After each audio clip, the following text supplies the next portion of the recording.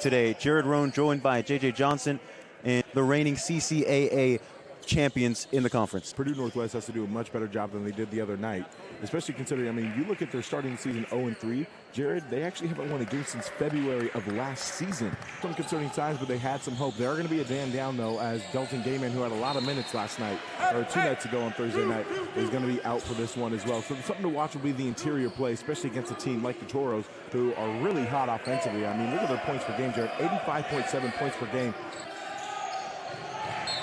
See the near turnover right there, Jared. I'm really interested to see what happens here for the Toros as they continue to attack downhill. So far, so good for the man in the middle, number 15, Jackson Ware. A good wall up there on the interior, but a loss against Western Washington. They had 19 offensive rebounds, so that's how come they were able to stay in that game so much. So even though they were missing, they kept getting second chance points. We're getting on the board. Good sign here early for Purdue Northwest.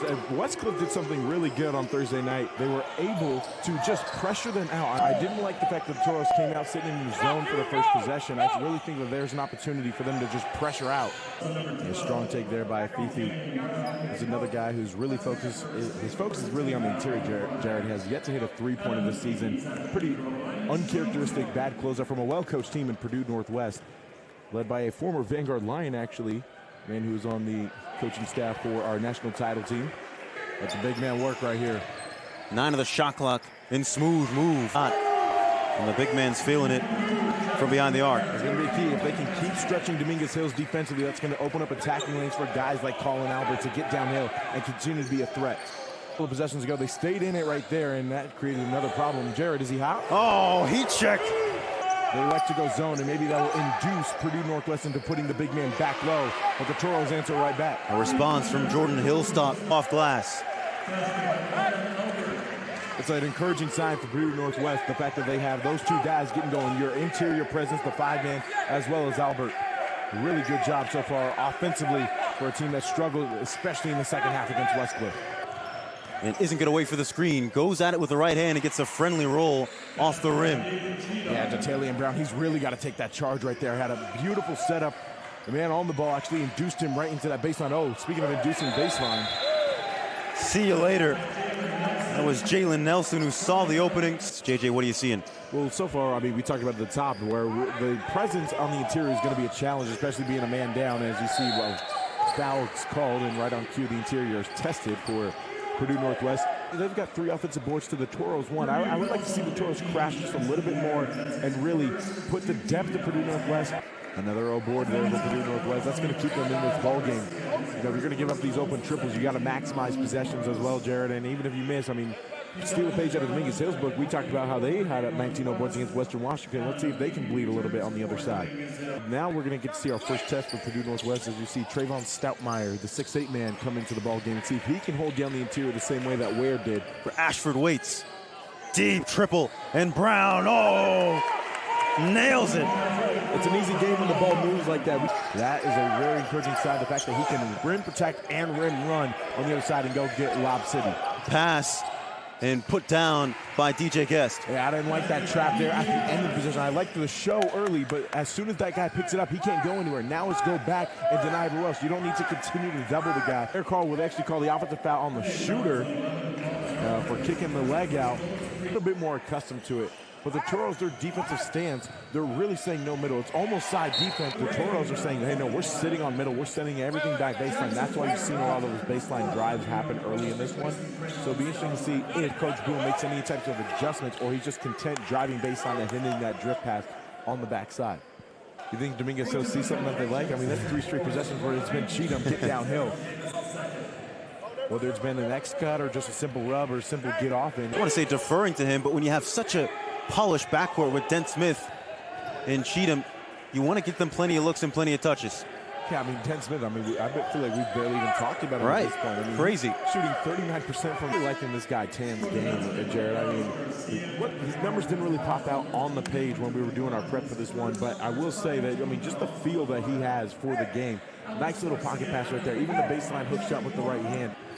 Yeah, didn't like that possession there for Purdue Northwest. They milked one side just a little bit too much, as you're going to see a hook.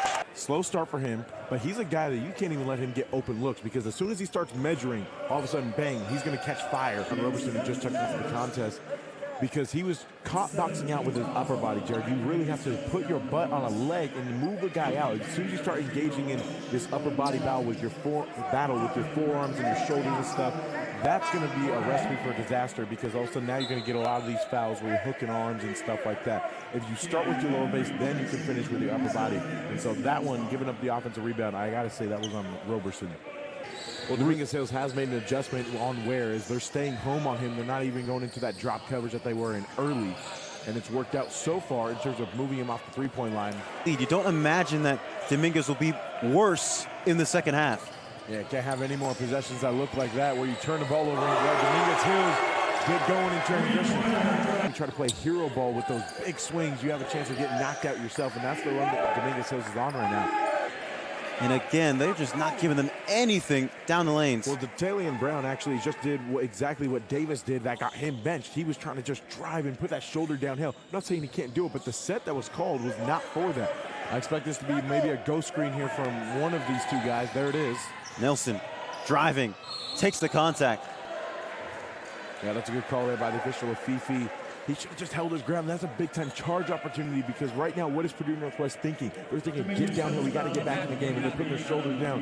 And knowing that trend over the last 6 minutes of the game, you just take that charge. I know he's, a tall, big man, so you're not really accustomed to that. But that's got to be in your repertoire, big-time momentum play possibly for your side. For Purdue Northwest to turn this around in the second half. Well, it's interesting you said, Jared, that the Toros aren't a one-man show, because Purdue Northwest is actually more balanced. They had 8 guys that are averaging double figures. They don't really have to fix anything, do they, Jared? I mean, the only thing was the offensive rebounds early. They fixed that.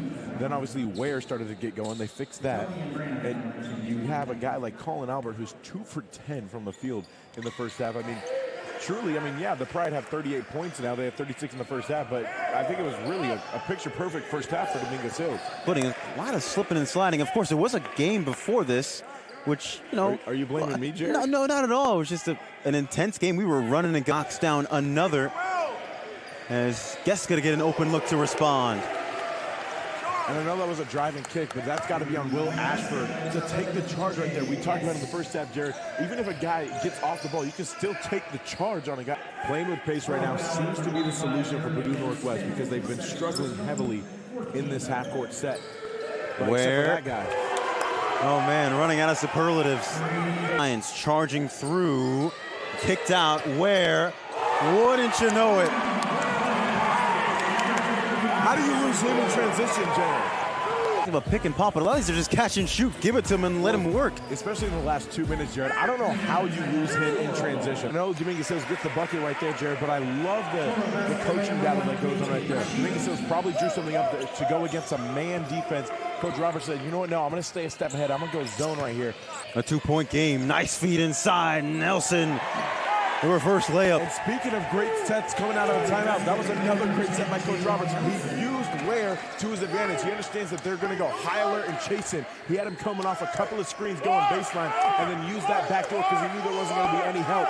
McCullough made the mistake that they had last half, which was over dribbling their gaps. All of a sudden, Dominguez Hills is in their passing lanes. They're digging off the ball. Notice how they put Garcia now on Ware. Now I think the opportunity for Purdue Northwest is to put Ware down low and have him start working out on the interior and force Dominguez Hills to maybe put another big back into the game. So they certainly won't mind hostile environments in neutral territory as Purdue Northwest get on the board. I love that little waggle play coming out of the timeout where you act like the guy is coming off a stagger, a little double screen, and then all of a sudden he just throws it back inside and uses that butt to actually screen the guy who screened for him, and then he sneaks on a slip. Spinning off Roberson, nice move. Oh. That's a tough break, Jared. That ball was halfway down. I mean, you looked away to look at your notes. Yeah, I looked away to. You can't down. see us, folks, but I looked away to say, oh, he's got a bucket cover there. I'm surprised as well, but the fact that we got another close game of Purdue Northwest does not shock me. It's their first lead, Jared, in almost 30 minutes of game time. First win, and trying to avoid. I have a problem with that call, just because he's making a play on the ball, Jared, and he was the first one to the floor. You can't penalize a guy for that. Yeah, it looked like, oh, maybe he undertook him, but the fact is he wanted the ball more. I don't think you can penalize a guy for wanting the ball more. Goes at Ashford. Cheatham. And a feed inside to a Fifi, but it's an offensive foul. And that's what I've been begging for this entire game, Jared, is even if they pass the ball, that charge opportunity is still there. Roberson making up for his mistake that he made earlier, and Purdue Northwest has all the momentum, Jared, after a couple of big-time plays by the substitution man, Roberson off the bench.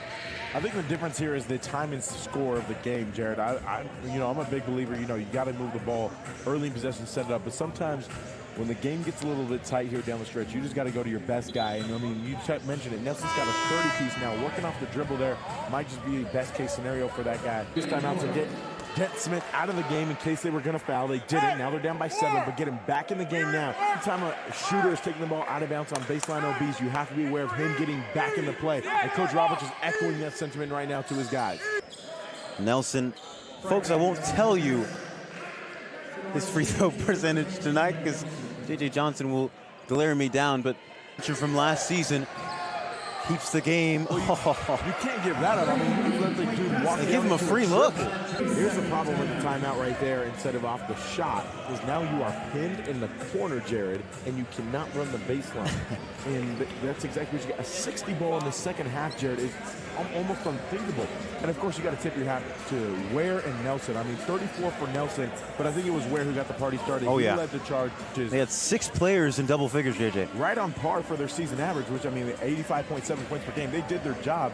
It's just Northwest, I mean, Ware and Nelson, and I think the pace really got back into Purdue Northwest's favor. They started pushing the ball, and they said, you know what, we can't really play against Dominguez's half-court defense. Let's just make sure they never get set. And once they found that momentum, there was about 8 minutes into the second half. It was a wrap from there, and they could find whatever the heck they wanted, and the lid came off the rim. I just want to tell you this, JJ. Boogie might be my favorite player to watch this season. Over me? I'll tell you what, Jared, it's good to be back with you doing a broadcast again this season. Our first one together. I will say, though, I'm so glad I won't have to do a broadcast ever again after a game. My voice was gone. This was a rough one, but you know what? I'm so glad to have a partner like you, Jared. Looking forward to this season broadcasting together. Excited what the season will hold.